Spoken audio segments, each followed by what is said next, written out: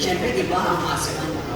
Ako po, hindi po ako na-insecure. Actually, sabi ko kay Dan, deserve mo yan, DM Studios. Kasi ikaw talaga yung queen eh. Ikaw yung may vision, siya talaga yung may vision. And syempre, bilang asawa, proud na proud ako, hindi pa ako na-insecure. Syempre, asawa ko yun eh. And deserve niya talaga. Deserve niya lahat ng meron siya, ng blessings. And ngayon po, na nag-live sell ako, si Dan yung po yung nakasupport at tumutulong din po sa amin ni Maxine. So, yun po. Bali, ano exactly yung position mo sa company? VP po ako for marketing. Siyempre sa PR side po tayo. Eh, si Maxine po. VP Sales po. Thank you. Yung next question, tatawag lang ni Maxine yung mic. Yung Maxine yung ng Sir Baba. Ito pinatatanong ni Sir Baba.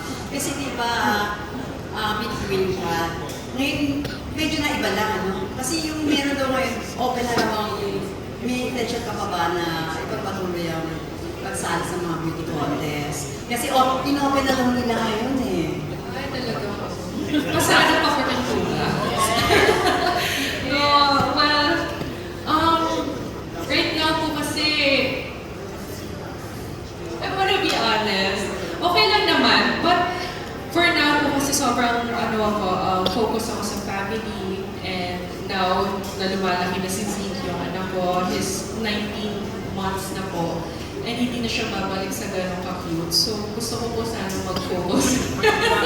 Kasi, di ba, pagdating na ng mga teenager, wala na sila, iiwanan ka na, reality check, di ba? So, well, now, for now, focus po muna talaga ako sa family, business, and career.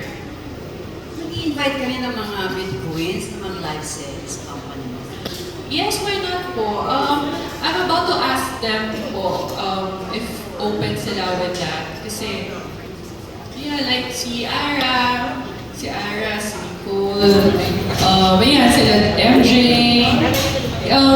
Actually, tatanungin ko pa rin po sila kung if they're open to do live selling. But, medyo mahaba explanation. Kasi syempre mga beauty queen, nandun pa rin po sila sa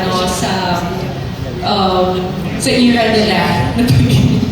Ayan na nga, sasabihin na kami dyan, Maxine, hindi ko na matatagal.